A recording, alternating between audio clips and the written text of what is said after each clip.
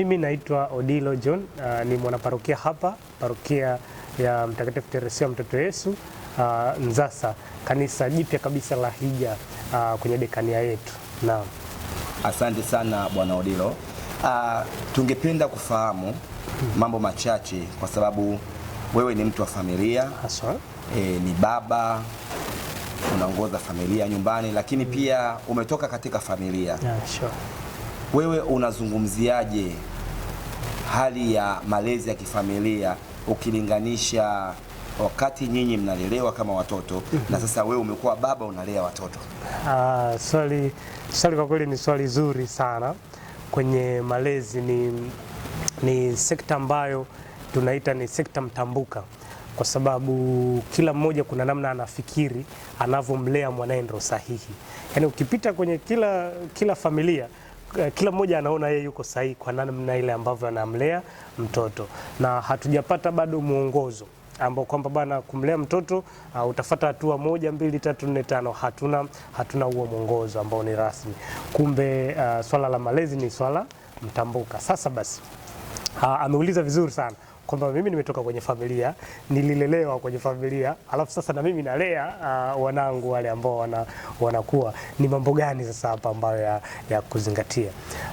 Kitu cha kwanza kabisa ambacho ninaweza nikakisema kwenye malezi, kwanza malezi ni vema na muhimu yawe ya wawili. Familia ni baba, mama na Mungu akiwabariki watoto. Hiyo ndo familia. Kwa sasa ili yazaliwe malezi ambayo ni bora, kwanza kabisa lazima hapa tunasema balance. Asilee mtoto baba peke yake, au asilee mtoto mama peke yake, kwa sababu mtoto anaimarishwa na kukuzwa na malezi ya baba. Baba ana tabia zake na ana namna ya kulea, na mama ana tabia zake na ana namna ya kulea kama mama. Kumbe sasa ili huyu mtoto sasa awe amekamilika, akilelewa na mama peke yake kuna vitu atakosa vya baba, hali kadhalika akilelewa na baba peke yake kuna vitu atakosa vya mama. Kwa kitu cha msingi, kabla hatujaenda mbali story nyingi, huyu mtoto alelewe na wazazi wake wote wawili. Siku hizi kuna changamoto nyingi, unakuta mtoto analelewa na house girl muda mrefu, au analelewa na bibi, au analelewa tunatambua kuna mazingira ambayo hayana namna mtoto alelewe hivyo, lakini kama hakuna sababu ya msingi na ya lazima sana, tafadhali mtoto alelewe na wazazi wake wote wawili. Hilo ni jambo la msingi. Kuwepo tu pale kwanza ni tosha, ni malezi tosha. Afisa ndo tutakuja ndani sasa kwenye malezi yenyewe au majiundo ya kumuunda huyu mtoto. Jambo la pili na la muhimu sana ni imani. Ni imani. Ukiweza kumlea mtoto katika imani, unakuwa umepata usaidizi. Kwa nini? Kwa sababu imani nyingi, kwa mfano kwa sisi wa Kristo wa Katoliki, ukimlea mtoto katika imani, utakuwa unaenda kanisani. Huwezi ukaanza kumwambia mtoto hajui kufika kanisani, hajui njia kanisani, unamwambia nenda kanisani. Maana wewe mwenyewe lazima uwe mfano pale. Uanze kwenda. Utambeba mtoto, utaenda. Anaanza kujua kitu. Mama anaenda kanisani, baba anaenda kanisani. Okay, anajua hiki ni kitu kizuri. Akianza kukua pale, ataona watoto wenzake wapo, utoto mtakatifu, wameanza sijui mafundisho gani naye anapenda. Sasa kule, faida ya kule, anakutana sasa na malezi ya kiroho. Unaanza sasa kumjenga huko nyumbani, shuleni na kanisani, anaanza kupata kitu. Kwa hiyo yale ambayo wewe kama baba utamisi, kama mama utamisi kwa sababu uko busy, anayapata kanisani. Malezi ambayo ni bora. Kanisani atafundishwa sala, atafundishwa maadili, atafundishwa tabia njema, atafundishwa mambo mengi. Kwa haya ambayo wewe au ulikuwa unafanya kidogo au kufanya kabisa, unakuta unasaidiwa. Kwa nini? Kwa sababu tayari tokea mwanzo ulishaanza kumtoa mtoto kwenye imani ile ambayo wewe na wazee wako ulifundishwa. Na ndio maana hata ule wakati wa ndoa, moja ya mambo ambayo mnaelekezwa pale, mnaambiwa muwafundishe na kuwarithisha watoto mila na wazee zilizo njema. Moja wapo ni hii ya ile imani ambapo ninyi mlizaliwa na mkakulia, kwa mnatakiwa muwarithishe pia na wanenu, ili na wao kuwe katika imani ile ambayo imekamilika namna iamini ninyi wote wazazi. Na hapo pia pana changamoto kwa sababu siku hizi mwingiliano wa kijamii umekuwa mkubwa. Unakuta mama ni labda Mlutheri, baba ni Mlokole au hata pengine ni Muislamu. Yaani kumekuwa na mchanganyiko. Sasa hapo pia ni sehemu ya kuwa makini sana. Wakati mnakubaliana muunganiko huu wa kindoa, ni vyema mkakubaliana watoto mtawalea katika imani ipi. Familia nyingi zinapitia changamoto kwenye upande huu. Unakuta baba yupo huku, mama yupo huku, watoto wako katikati, kwa hawako popote. Na nimeona familia zingine unakuta mtoto hata anapoenda shuleni, kwa mfano sasa amekuwa mkubwa, anakuwa hakulelewa katika imani yoyote ambayo imenyoka. Kwa alitoka nyumbani Msabato, anarudi Muislamu. Alitoka nyumbani Katoliki, anarudi yani kunakuwa na shida kubwa kwa sababu hamkumrithisha kitu ambacho ninyi wenyewe mlikiamini na mkakisimamia. Kwa hiyo kwenye imani tukiweza kupafanya vizuri, kwa kweli kuna vitu vingi sana tutaviepusha. Kwa hiyo kama kwa mfano kama ni kijana unaelekea kwenye ndoa sasa, ni vyema mkajadiliana, sawa, tunaingia na imani tofauti, watoto wetu tutawalea katika imani ipi? Sawa. Kwa pale mtakuwa mmekubaliana na mtafanya kulingana na mlivyokubaliana. Hilo ni la pili. Lakini la tatu kwenye malezi, ni muhimu sana tukajua kwamba wazazi wengi sasa hivi wana changamoto ya kumpenda sana mtoto. Yaani tunajua kumpenda mtoto ni kutokumkatalia jambo, ni kutokumnyima hiki, ni kumpa kile anachotaka, ni kumsikiliza, hivyo ni vizuri sana. Lakini kuna mipaka yake. Watoto sasa hivi ni tofauti na watoto wa zamani. Watoto siku hizi wanawahi sana kukua, wanawahi sana kupevuka. Kuna siku mke wangu alikuwa ananichekesha na ananiambia, watoto siku hizi wanazaliwa tayari wanaona. Zamani mtoto anazaliwa anakaa siku 2-3 ndo anakuwa haoni, ndo macho sasa yanaanza kuonekana. Anaona kwa mtoto sasa hivi anazaliwa tayari anaona, yani na maisha yanaendelea. Kwa hiyo watoto wanawahi sana kufahamu mambo kuliko sisi wazazi. Sasa wazazi wengi tunadhani kwamba kutokumkatalia mtoto kile ambacho anapendekeza au anaomba ndo kumpenda sasa mtoto. Unakuta mtoto darasa la 6 la 4 anamiliki simu. Ndio. Anamiliki simu ili iweje? Anawasiliana na nani? Kwa ajili ya nini? Alafu apate faida zipi? Darasa la 6 la 7. Na hilo lilikuwa ni moja ya swali ambalo nitaka nikuulize. Okay. Kwa sababu tumeona watoto wengi sasa wanamiliki simu, lakini pia tumeona hata kwenye nyumba zetu utandawazi huu tuna smart television. Alafu tunapata access ya internet pale nyumbani unlimited, tunawaachia watoto. Sasa hii nayo nitaka nikugusie kwa lakini kwa sababu unaenda huko basi ni kwacho. Na hapa kwa kweli pana wagombanisha sana. Unakuta wazazi wenyewe, mmoja anapenda, mwingine hapendi. Mtoto anapenda, anaona kama mpe mtoto bana afurahie mambo ambayo hukuyaishi enzi zako, usiwakataze watoto. Hasa tunasahau. Na ni sisi tu pengine wa Afrika na wa Tanzania, aidha kwa kutokujua au kwa kupuuzia. Zile television ulizotaja kwa mfano smart television, kuna kitu pale kinaitwa parental control. Unaweza ukalimit mtoto aone nini, asione nini. Umeona? Kwa hiyo kuna na siku hizi wanataja kabisa bana, kuna katuni hizi na hizi bana mbaya kwa watoto wasiachiwe huru. Kuna tamthilia hizi na hizi zina maudhui ambayo, kwa hiyo ili uwe salama kama mzazi, content au maudhui yale ambayo wewe unataka mtoto wako yaone kwanza. Yaone kwanza. Ujue haya mwanangu kweli akialisha kwenye ubongo wake yatamuongezea chochote au yatamharibu. Ukishajiridhisha pasi na shaka, basi upo huru. Vinginevyo tumia hizo teknolojia vizuri. Parental control, limit vipindi na maudhui ambayo anaweza kaona, funga. Kwenye simu hali kadhalika. Mtoto bado mdogo, huyo rafiki ambaye anataka kuwasiliana naye apitie kwako. Hakuna ubaya wowote. Na sisi tumetoka huko na hatukufa. Sio tu kutoka, sisi nzetu hakukuwa na simu kabisa. Wahenga tunaelewa. Simu ilikuwa ni jambo la baadaye miaka ya 2000 huko ndio zimeanza kupatikana kwa kila mtu. Ila zamani kidogo simu hatukufa na maisha yalienda vizuri. Kwa hiyo kwa kweli kuna vitu ambavyo kama wazazi lazima tukubaliane kwamba ndio tutafanya tukidhani ni nia njema na kumpenda mtoto, lakini havitamsaidia. Kuna wachache wanabahatika wanazitumia vizuri. Umeeleza sasa hivi mapinduzi ya teknolojia na ukuaji wake. Ndio, mambo mengi sasa hivi unaweza ukatafuta kwa teknolojia ukajifunza. Unaweza kujikuta masomo yote mtu akajifunza hapa kwa simu yake ya kiganjani. Taarifa nyingi za kidunia akazipata kwa simu yake ya kiganjani. Kwa akizitumia vizuri, very good, wala hakuna pingamizi.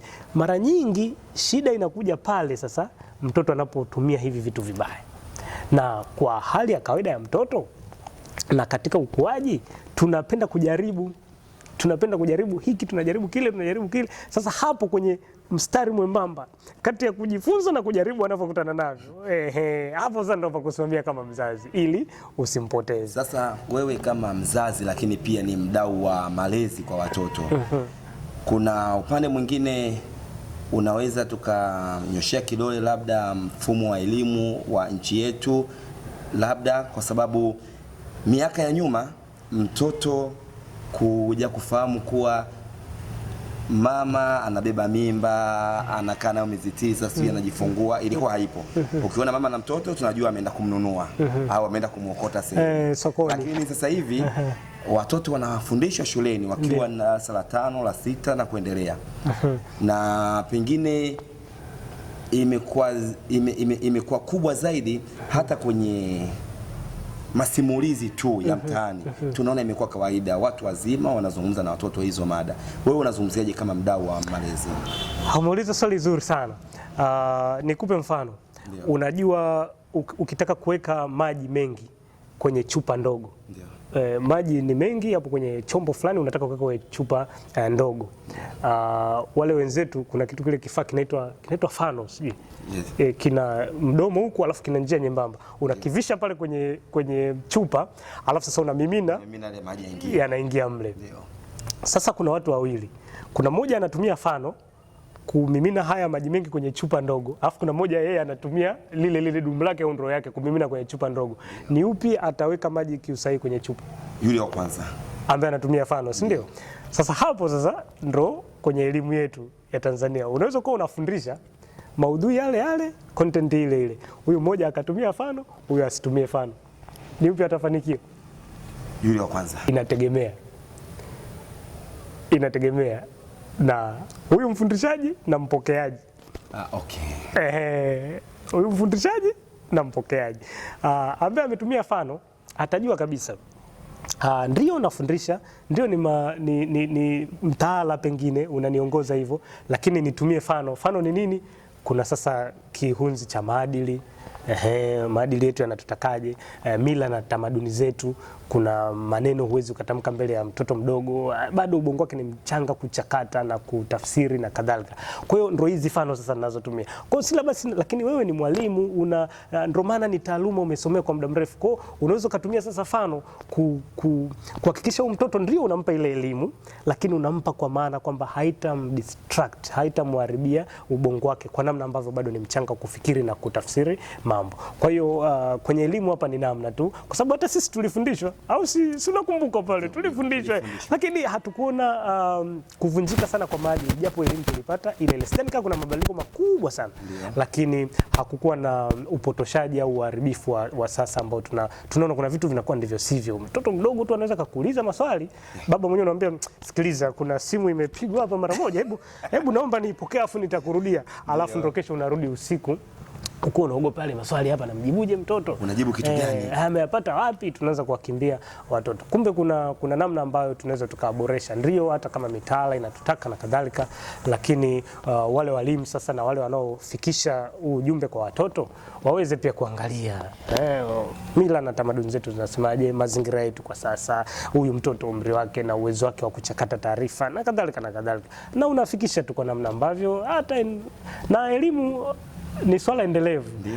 Wanasema kadiri tunavyoishi tunaendelea kujifunza. Kwa hiyo una filter kidogo. Mtoto wa umri huu package yake ni hii. Akikua hapa package yake ni hii. Akifika sana mpaka mwisho inakuwa tu ni rahisi. Kwa hiyo tutumie hizi fano vizuri kufikisha maudhui yetu. Na mtazamaji, naendelea na mazungumzo yetu. Labda tumezungumzia kwenye swala la elimu, lakini tukazungumzia nyumbani. Ndio. Hebu tuangalie kwenye masuala ya kiimani sasa.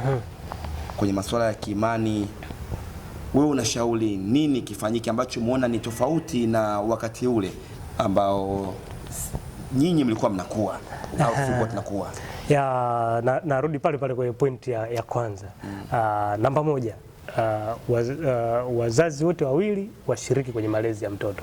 Zamani hakukuwa sana na single parents. Hawa hawakuwepo kabisa. Na hilo limekuwa tatizo kubwa sana sasa hivi mjini. Zamani utasikia yatima Ndio. Utasikia labda mjane, lakini haikuwa sana single parent. Lakini sasa hivi imekuwa very common, na bahati mbaya sana kuna baadhi hadi ya watu utawasikia kwamba anatamani kuwa single mother kabisa, single daddy sijui anaitwa. Ndio. Ni masikitiko makubwa. Tuendelee kumuomba sana Mwenyezi Mungu. Kwa hiyo jambo la kwanza, tujitahidi sana kuwahimiza vijana wetu, tuzungumze nao kuhusu malezi kwa maana ya wote wawili. Lakini namba 2, kwenye imani sasa, ikiwezekana kama mna sababu za msingi, pata mtu wa imani yako au ambayo haijatofautiana sana. Unajua kuna imani zina, kwa mfano sisi wa Katoliki, wa Roman Katoliki, tunasema kwamba ni walezi wa madhehebu mengine mengi. Hatutofautiani sana na Waanglikana kwa mfano, hatutofautiani sana na Walutheri, wote walitoka Katoliki, si ndio? Kwa hiyo at least akiwa huko mtu hamtasumbuana sana, lakini ikiwa ni nje kabisa, kuna namna italeta shida, kwa sababu wewe unaamini huku, kuna viti hapa, wewe unaamini, huyu unaamini. Sasa huyu mtoto, nyie hamna shida, nyie si mshakuwa watu wazima, mnaweza mka switch mkaenda. Shida kwa mtoto ambaye yeye haelewi chochote, na mtoto hajifunzi kwa kuambiwa, mtoto anajifunza kwa kuona. Anaona pale baba anaenda kanisani, haendi; mama anaenda msikitini, haendi. Yeye aende wapi? Kwenye kigodoro. Akisikia ngoma zile anaona na mama naye anatoka, anajua haya ndo maisha. Kumbe sio. Lakini kama imani yenu ilikuwa ni moja na mnaiishi, kwa sababu kuna kuwa na imani yenyewe afu kuishi imani yenyewe. Maana yake mtoto tunayesema anajifunza kwa kuona, tokea kwa mchanga anaona baba anaenda kanisani, ndio mama anaenda kanisani, na mimi nilipeleka kanisani. Kwa hiyo tokea kwa mdogo tayari anajua safari Jumapili ni moja. Unakuta mzazi anatoka nyumbani anaenda kanisani, anamwacha mtoto amelala. Anarudi anamkuta amelala.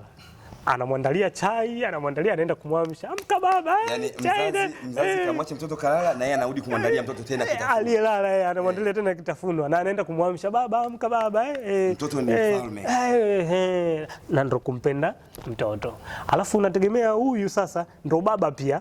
Uliuliza tokea mwanzo. Huyu pia ndo baba pia wa watoto wajae. Kabisa. Unategemea kitu gani? Kwa ni lazima pia wakati mwingine tuhakikishe kwamba tunasimamia haya, ikiwezekana kwa bidii, kwa sababu ukiwa tu legelege leo anakwambia watoto wanapenda excuse, watoto wanapenda mapumziko. Akiona tu mvua kidogo manyunyu, anaweza kasingizia, mimi najisikia vibaya, pole baba, ulale, pole mama, utaenda Jumapili ijayo, unajua. No, hapo haulei. Hapo unadhamini, unamdhamini tu mtoto. Hapo hujafanya malezi. Kwa malezi wakati mwingine hata maandiko yanasema kemea, onya, karipia, wakati mwingine tandika kidogo. Tandika kidogo, kwa sababu mtu akikunyima pia fimbo amekunyima haki ya msingi sana. Kutaendelea kujaa kamasi kwenye huo ubongo. Kwa ni vema wakati mwingine hizi mbinu zote zitumike. Tusiishie tu kwenye kudekeza mtoto, hapana. Tutamharibu na tutaharibia future yake. Na watoto siku hizi wanajua, baadaye anakulaumu. Anasema baba, wewe ndo uliniharibu, au mama wewe bana wewe. Mimi nisingekuwa falafala hapa, ningekuwa nimechangamka kidogo. Kwa pale kwenye imani wakati mwingine panahitaji kidogo kutumia mbinu zote ili tusonge mbele.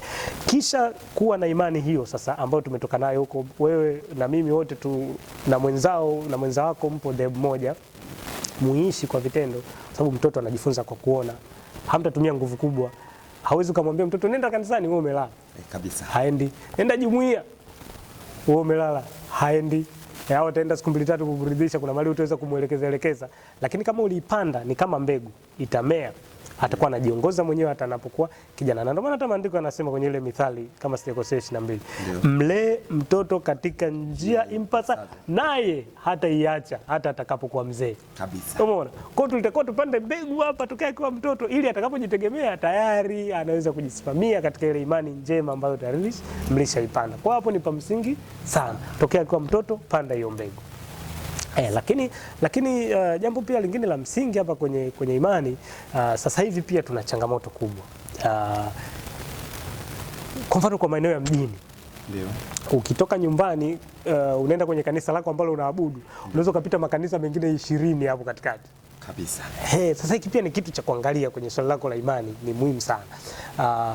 Ni lazima pia uwe unajua unachokiamini, unaishi unachokiamini, na unakisimamia unachokiamini, kwa sababu usipojua unachokiamini ni rahisi sana kuyumbishwa. Ndio kule tulisema mtoto anatoka nyumbani anaenda shule, alitoka Mkristo anarudi Muislamu, alitoka dhehebu hili anarudi dhehebu hili, hajui anachokiamini na hawezi kukisimamia, kwa ni rahisi kuyumbishwa. Kwa hapa kwenye imani pia ni lazima tusiamini tu, tujifunze imani yetu, tuijue undani wake, tujue chimbuko lake, tujue yani lazima uamini, tuingie kwenye mizizi ya imani. Usiwe tu unaamini kitu ambacho hukijui, ni ngumu sana. Kama unaamini upande huu, basi jua kwa uhakika. Na utajuaje? Lazima upate mafunzo, usome, ujifunze, upate semina, mambo yote ambayo unaweza usome, vitabu, katekesi. Kwa mfano kwetu sisi tuna vyanzo vingi sisi vya maarifa.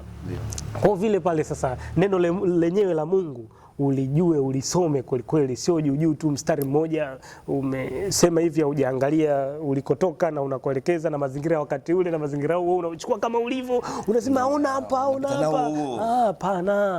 Hapana, ndio maana Mungu akatupa hizi ubongo ili uweze kuelewa, kuchambua, kutathmini na basi kuweza kuchukua sasa kile ambacho ndio ujumbe au neno ambalo wewe linatakiwa likufikie. Kwa sasa hapa ni muhimu sana mtoto pia umshibishe kwenye kile unachomwaminisha, umwelekeze aweze kushiba na kujua kwa kutumia utashi wake, ajue mimi ninachokiamini ni hiki na ni kwa nini naamini hivi, na kwenye imani yangu hapa ni mambo gani msingi ya kusimamia.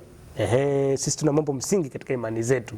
Tunajua kabisa sisi kama Wakristo wa Katoliki kwa mfano tunaongozwa na nguzo 1, 2, 3. Hata kwa wenzetu Waislamu kwa mfano ukienda wanakuambia wana nguzo zao za Kiislamu, wanazo nguzo ngapi wanajua. Huko ndo kuijua imani yako kwa undani, usiwe tu unajua mambo madogo. Na haya yote kwenye pointi namba 1, wazazi kuwarithisha, kusimamia, mtoto anakuwa tayari anajua haya mambo kwa ufasaha kabisa na sio kwa kubahatisha. Asante sana ndugu mtazamaji, na yetu na kipindi chetu kuhusiana na malezi kwa mtoto kwa siku ya leo, nadhani tufikie ukingoni, lakini kwa kuwa mada ya malezi ni pana na ni kubwa, tutaendelea kuzungumza mara kwa mara kuhusiana na hili ili tuweze kusaidiana vyema. Na kama nilivyokuambia mwanzoni, studio ni kwangu nilikuwa naye ndugu Odilo John. Yeye ni baba na mlezi, ni mwanandoa wa muda mrefu kiasi kutokea parokia ya Mtakatifu Teresia Mtoto Yesu Nzasa, kanisa la Hija, Jimbo Kuu Katoliki la Dar es Salaam. Anayekuletea kipindi hiki si mwingine bali ni mimi Thomas Kristo Mlipuka, mwenye falsafa ya jongoo, upole na unyenyekevu, pasipo kukata tamaa hata ukikataliwa. Na kipindi kijacho tutazungumza au tutaangalia kuhusiana na mgawanyo wa malezi kwa watoto, yani kati ya mtoto wa kiume na mtoto wa kike, yupi anatakiwa aangaliwe kwa karibu sana na yupi anatakiwa aikiwe mkazo sana kwenye malezi. Ndugu yetu Odilo atatusaidia kutupitisha humo, na kama una swali lolote kuhusu malezi usisite, weka komenti yako. Mpaka wakati mwingine, ni kushukuru, niseme asante sana kaka. Asante sana. Amina.